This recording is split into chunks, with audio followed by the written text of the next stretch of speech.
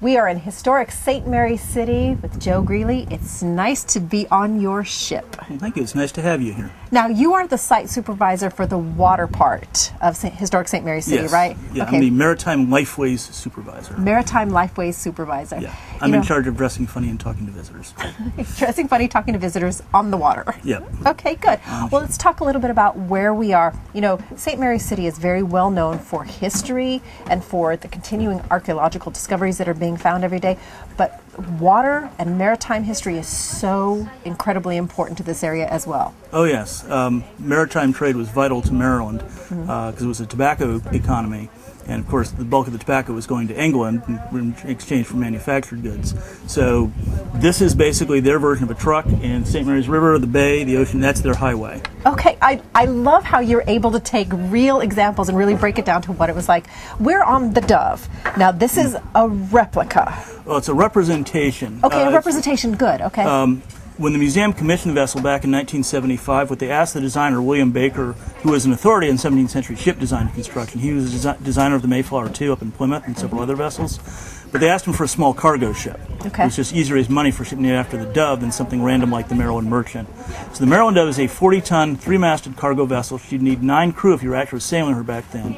The original Dove was also a 40-ton vessel, so the size would be pretty much the same, but she was a 2-masted, what's called a ketch, with a crew of 7. Okay. But you can think of them as basically being the same kind of ship, and in modern terms, think mid-sized panel van. Okay, okay. They're mainly intended for local deliveries. Now, local would be anywhere from Canada to the West Indies. Okay. Definitely out in the ocean. If they thought they could make money going to England, they'd go. It's not too small to go across, but it's not going to happen very often. Now, the Ark, on the other hand, so there's the Dove, 40 tons. There's the Ark, 400 tons. Oh, my goodness. So the Ark is what actually brought all the colonists, about 140 of them, and all the supplies for the colony. And then once they were done with that, you know, once you finish with your Greyhound bus or your moving van, you give it back to the company you rented it from. So this is a hired vehicle. It gets them to Maryland, goes back to England. The Dove was purchased and brought over, so once the Ark had left, they'd have a ship to use once they got here. Okay. I love this relief you've created because it really gives people an idea of scale. Oh, yes. And the difference of what they were. Now, let's talk a little bit more about modern day. You invite people to come out and they can walk on the ship, they can go down. It's very hands-on. Oh, yes. Yeah, that's the whole point of the whole museum is it's a hands-on experience. Pretty much the only things we ask them not to do, we really prefer them not to try and climb up the rigging and not going into the water. But they can go down below, they can try the beds on the ship to see what it would like to be a sailor back then. We have our windlass up forward, which is used to raise the anchor. They can try that. We have the bilge pumps here that would be used to empty water out of the ship when it leaked in. They can try those. You know, there's everything. They can see what it would like to sleep in some of the beds that the crew might have slept in. Yep. And we have a small swivel gun up on the, well, 2 small swivel guns up on the quarterdeck.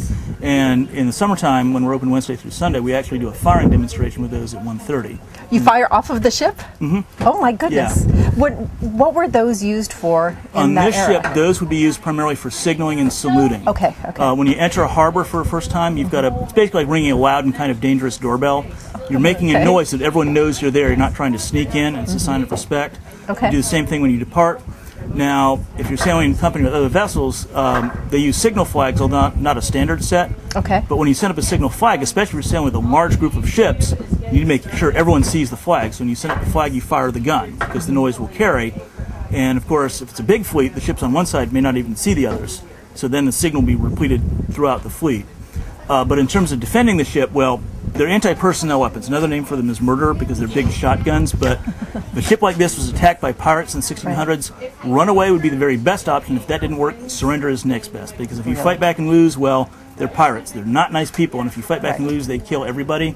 If you surrender, you have a reasonably good chance of surviving. It's not guaranteed, but it's much better. Wow, there are some parts of history that are just bloody. Oh, yes. Okay. Yeah. Let me ask you a question. I know this is like asking somebody which one of their children is their favorite. What is your favorite place on this ship, or your very favorite thing about this ship?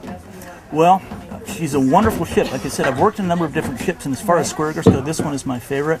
When we're underway, I really like to steer, because she's such a handy vessel. She's really a delight. I also I love setting the topsails, being Really? aloft. Yeah. Okay, Yeah. good. Well, I can see why you're the site director for this part of the museum. It's wonderful. And I do love the fact that you could come in and you can see history, but you can touch it, you can experience it. We were talking about the bilge pumps earlier. They work. They're not set there for replication or reproduction. Yeah. They work. Yep. Okay. Yeah. Wonderful. Well, it's always wonderful to tour St. Mary's City.